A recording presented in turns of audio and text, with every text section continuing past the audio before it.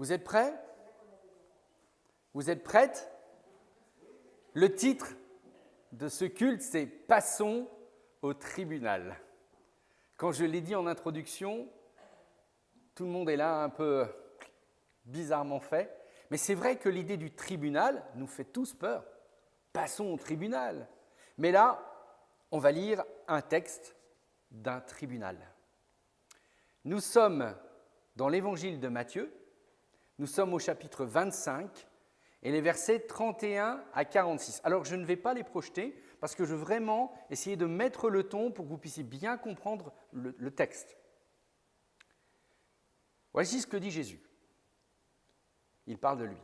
« Quand le Fils de l'homme viendra dans sa gloire avec tous ses anges, il s'assoira sur son siège de roi tout-puissant.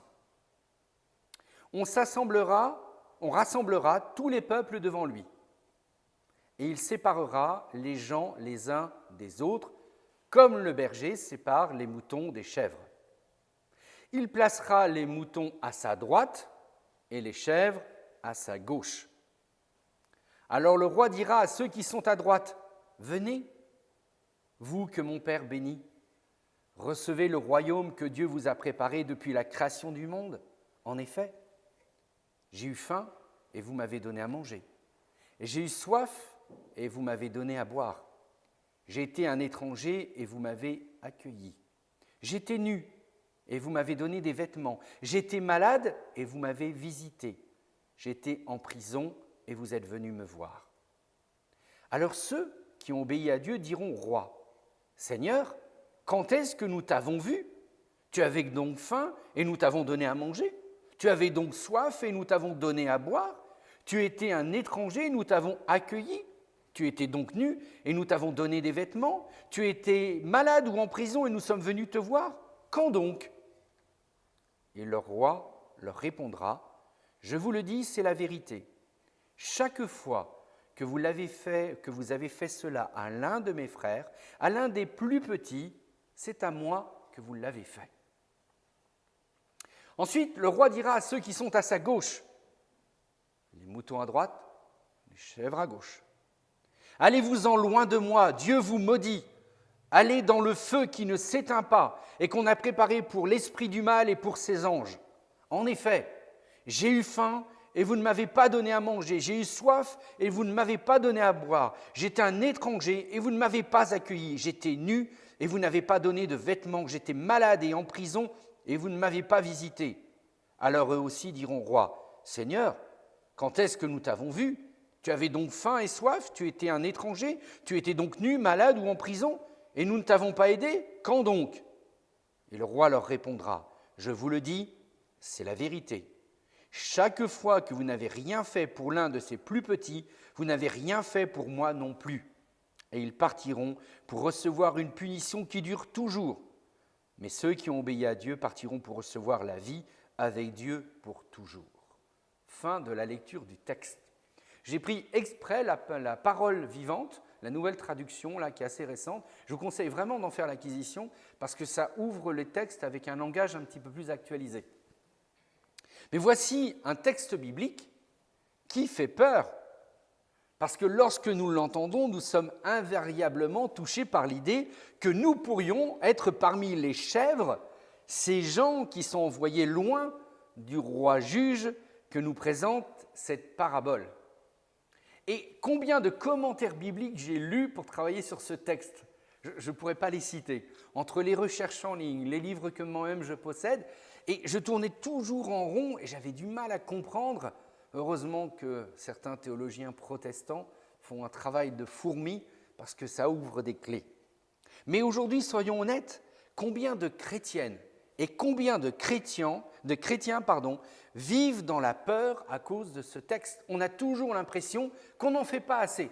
Et d'un autre côté, on dit toujours on n'est pas sauvé par nos œuvres, on est bien sauvé par grâce. Mais là, il est question d'œuvre, il se passe quelque chose là. Comme si d'un coup on est sauvé par grâce, mais si on ne fait pas ce qu'il faut, oh là là, c'est dangereux pour nous, on va perdre le salut, on va perdre l'éternité. Et on vient avec une espèce d'épée de Damoclès au-dessus de notre tête en se disant tous les matins « il faut que je fasse attention, il faut que j'aille bien. Malheur à moi, Si je décède le jour où je fais une bêtise, c'est terrible, là. Qu'est-ce que je vais prendre ? Mais on est sauvé par grâce, gardez ça toujours en tête. Donc oui, il y a dans ce texte beaucoup de peur animée et l'Église, à travers les siècles, a utilisé ce texte pour faire peur. Soyons honnêtes, nous ne sommes pas exempts de reproches. Nous avons véhiculé la peur de Dieu bien souvent parce que ce que nous voulions, surtout les grands ecclésiastiques de l'époque, voulaient le pouvoir sur le bas peuple. Et n'oubliez pas une chose, quand Jésus vient, il vient pour servir, jamais pour asservir. Mais l'Église, à travers les siècles, parfois s'est trompée de combat. Au lieu de servir, elle a voulu asservir. Alors elle a utilisé les textes. Et vous savez, avec la Bible, on peut faire dire ce que l'on veut, comme on veut. Il suffit juste de trouver des gens qui y donnent du crédit. Et là, voilà, je peux dire que beaucoup de chrétiennes et de chrétiens ont vécu dans la peur à cause de ce texte. Beaucoup, tant et si bien que parfois, nous prenons ces textes et nous préférons passer dessus comme ça, les balayer, plutôt que se laisser interpeller. Et beaucoup font cela. D'ailleurs, les commentaires bibliques que j'ai lus ne m'aidaient pas beaucoup parce que je m'apercevais qu'ils étaient beaucoup lus avec un angle précis que l'on appelle la théologie morale. Donc on en a fait de la morale, on n'a pas fait un texte dit par Jésus. Alors si les commentaires bibliques n'étaient pas d'une grande aide, néanmoins, je crois que des théologiens se sont penchés sur le texte et j'ai décidé de suivre leur analyse du texte qui a imposé de se remettre à l'étude. Et vous savez, c'est peut-être le drame aujourd'hui, nous pouvons lire la Bible de surface ou décider d'y rentrer. Alors, amusons-nous et rentrons ensemble dans ce texte qui, soyons honnêtes, fait peur. Alors, que devons-nous en penser ? Devrions-nous nous sentir impliqués ? Eh bien, nous allons considérer le texte. Dans ce récit, rappelons-nous que c'est d'abord une parabole. Et vous savez qu'une parabole, c'est une histoire pour faire comprendre un sens aux auditeurs. Une parabole, ça sert uniquement non pas à chose dans la réalité, mais ça permet de comprendre une leçon, comme on dit la morale de l'histoire, sans tomber dans la morale. Et donc pour considérer l'intégralité de cette parabole, faut-il encore savoir à qui s'adresse Jésus ? Est-ce qu'il s'adresse à moi en tant qu'individu ou est-ce que là il s'adresse à un public bien particulier pour que ce peuple comprenne bien cette parabole ? Parce que vous savez, comme on dit souvent, un texte biblique sorti de son contexte devient un prétexte. Donc il faut faire le travail qui n'est pas de se stopper à Matthieu chapitre 25. Il a fallu que je fasse toute la lecture en amont et j'ai découvert au chapitre 23 à qui ça s'adressait. C'est ça qui est extraordinaire. C'est que ce texte, nous ne pouvons le comprendre que si nous allons au chapitre 23. Et nous sommes dans les versets 1 à 12 et ça nous donne la réponse à qui Jésus parle. Parce que tout le reste, ce sont des paraboles. Donc il faut bien voir les auditeurs. Voici à qui il parle et je vais vous lire le texte et vous dire « Mais oui, bien sûr, c'est là ». Jésus dit aux foules et à ses disciples, les mêmes auxquels il va parler du jugement. On est bien d'accord. Parce qu'il n'y a pas d'autres gens, il n'y a pas d'autres protagonistes, c'est bien ces gens. Jésus dit aux foules et à ses disciples, « Les maîtres de la loi et les pharisiens sont chargés d'expliquer la loi de Moïse. Donc, vous devez leur obéir et vous devez faire tout ce qu'ils vous disent, mais n'agissez pas comme eux. En effet, ils ne font pas ce qu'ils disent. Ils rassemblent des charges très lourdes et ils les mettent sur les épaules des gens. Mais eux, ils refusent d'y toucher, même avec un seul doigt. Toutes leurs actions, ils les font pour que les gens les regardent. Alors, ils agrandissent les petites boîtes qu'ils portent sur le front et sur les bras. Ils rallongent aussi les franges de leurs vêtements. Ils choisissent les premières places dans les grands repas et les premiers sièges dans les maisons de prière. Ils aiment qu'on les salue sur les places de la ville, que les gens les appellent maîtres. Mais vous, ne vous faites pas appeler maître. En effet, vous avez un seul maître et vous êtes tous frères. N'appelez personne sur la terre père. En effet, vous avez un seul père, celui qui est dans les cieux. Ne vous faites pas non plus appeler conseiller. Vous savez, c'est le Paraclète, c'est le Saint-Esprit. En effet, vous avez un seul conseiller, le Christ. Le plus important parmi vous doit se mettre à votre service. Celui qui veut être au-dessus des autres recevra la dernière place, et celui qui prend la dernière place sera mis au-dessus des autres. Alors voilà à qui s'adresse ce texte, des moutons et des chèvres, aux chefs religieux de l'époque de Jésus. qui passaient leur temps à mettre des fardeaux sur le petit peuple qui ne pouvait pas comprendre les fameux moutons. Voilà à qui Jésus s'adresse. Et Jésus décrit avec un ton mordant que les chefs religieux de son temps, même s'ils disent des choses justes, n'appliquent pas pour eux-mêmes ce qu'ils racontent. Et c'est ce qu'il précise au verset 3. Vous devez leur obéir et vous devez faire tout ce qu'ils vous disent, mais n'agissez pas comme eux. En effet, ils ne font pas ce qu'ils disent. Et voilà le public auquel Jésus s'adresse. Donc, pour revenir à notre parabole de Matthieu 25, les versets 31 à 46, nous pouvons à présent identifier qui sont les moutons et qui sont les chèvres. Les chèvres sont les maîtres de la loi et les pharisiens.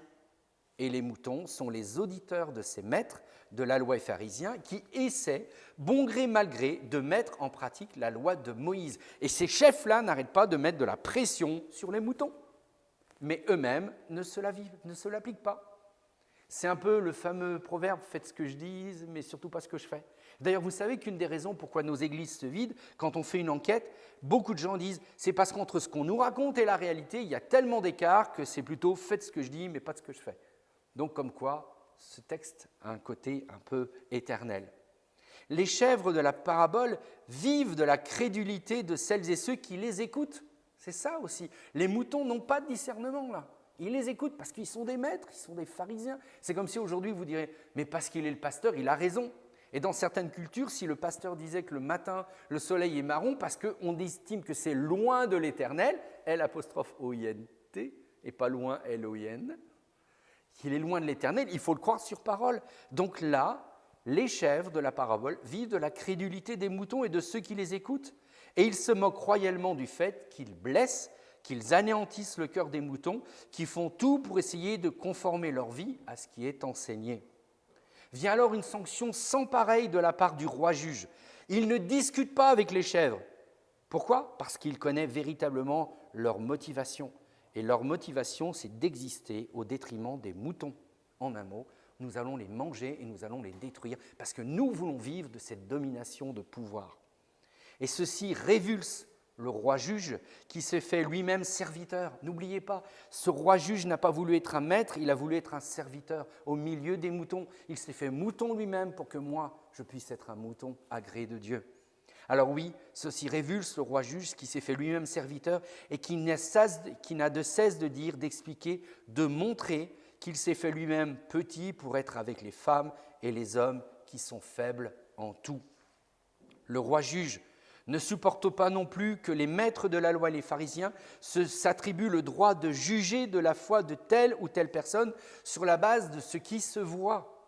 Lui, le roi juge, a une autre approche, une autre philosophie, sans lien, on pourrait dire indirect, avec un texte qu'il connaissait. Vous savez, à un moment, le prophète Samuel dans l'Ancien Testament doit choisir un roi. Et là, Dieu lui dit, « Samuel, tu juges les êtres humains à ton regard, mais fais attention, moi je ne juge pas les gens à ce que je vois, je regarde au fond du cœur. » Et nous sommes dans 1 Samuel chapitre 16, verset 7. Et ça, Jésus l'applique. Je ne regarde pas ce qui frappe, je regarde au cœur. Le roi juge ne supporte pas non plus que les maîtres de la loi et les pharisiens puissent juger eux-mêmes ce qui est digne ou non de Dieu, comme si on avait un droit de dire à quelqu'un « t'es dans les clous » ou « t'es pas dans les clous ». Mais où est la grâce dans cela ? À un moment, une femme vient à Jésus, un récit que je sors un peu de mes notes. Il est chez un maître de la loi, un pharisien. Et à ce moment-là, une femme rentre, elle ne dit rien, elle vient devant Jésus, elle pleure.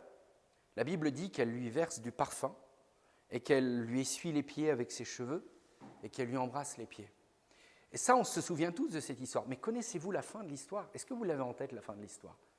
Probablement pas. On a tous en tête cette histoire d'une femme qui est venue, qui a essuyé les pieds de Jésus avec ses cheveux, qui l'a embrassé, etc. La fin de l'histoire, elle est troublante. En fin de compte, Jésus dit au maître de la loi chez qui il est reçu, il lui dit « Je vais t'expliquer une parabole.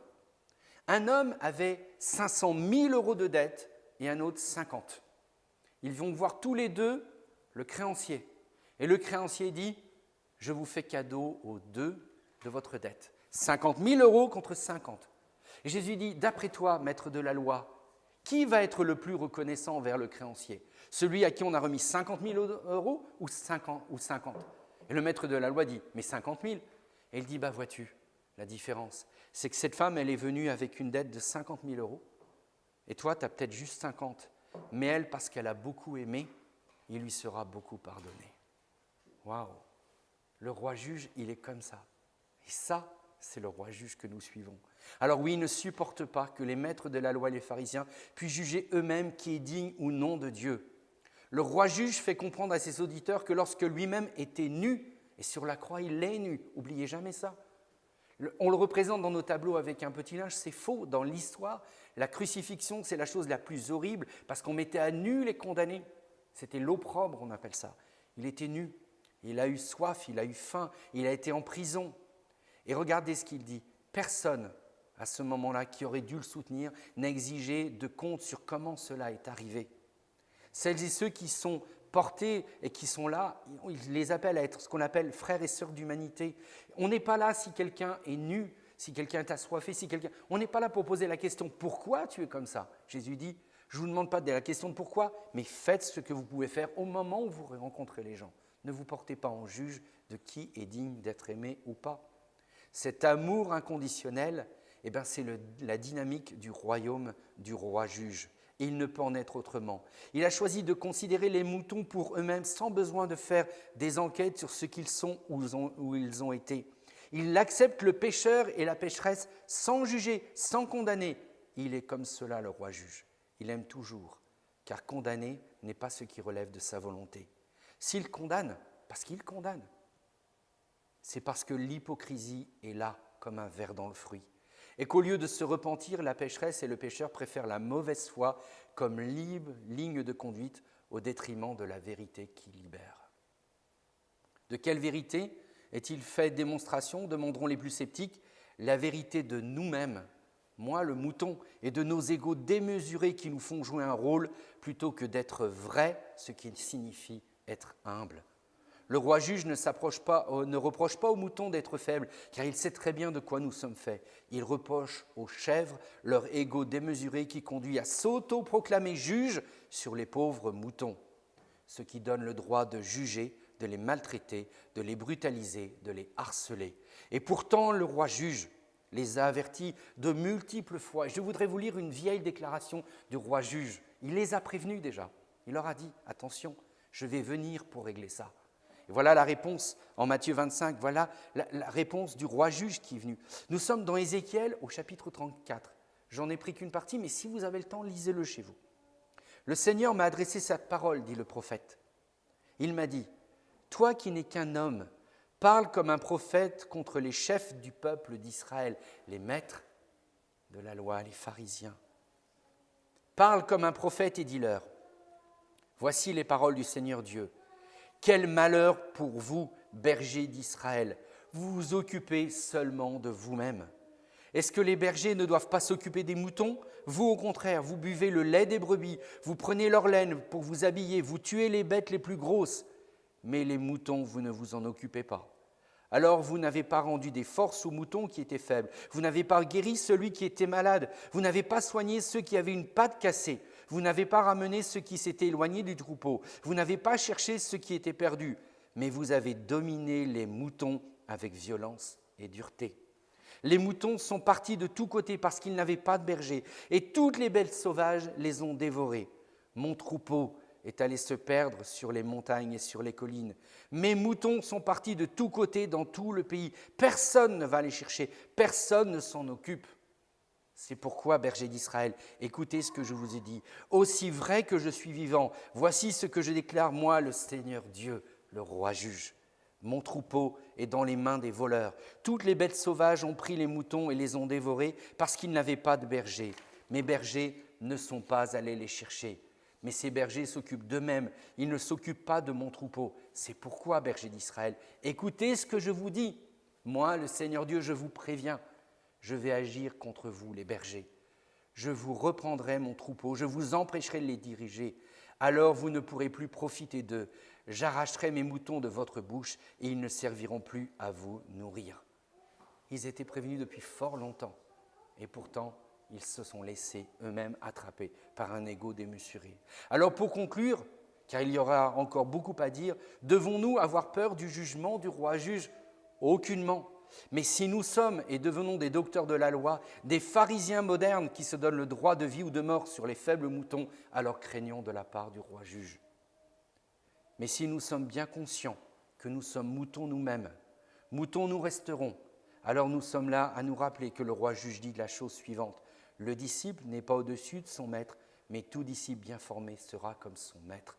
Et le maître, le roi juge, il est venu en tant que serviteur. Et il dit à chacun, je ne te condamne pas, alors relève-toi et marche.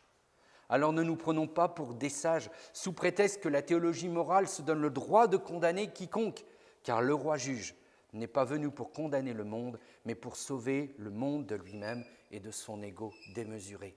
Et voilà pourquoi il est dit dans Jean chapitre 3, versets 16 et les versets 17, Dieu a tant aimé le monde qu'il est venu, il a envoyé son Fils unique afin que quiconque croit en lui ne périsse pas et ait la vie éternelle, car Dieu n'est pas venu pour juger le monde, car le monde est déjà jugé, mais pour le sauver. Il est comme ça, le roi juge. Et je vais vous dire une chose, j'en ai la chair de poule quand je dis ça, je veux suivre sa dynamique quoi qu'il arrive. Et quoi que vous ayez fait, quoi que nous ayons fait, suivons la dynamique du roi juge. Et que celles et ceux qui sont de mauvaise foi puissent craindre le roi juge, car personne n'a le droit de s'arranger le titre de maître sur les moutons qui sont la propriété du Seigneur. Et si vous êtes d'accord, je peux dire Amen.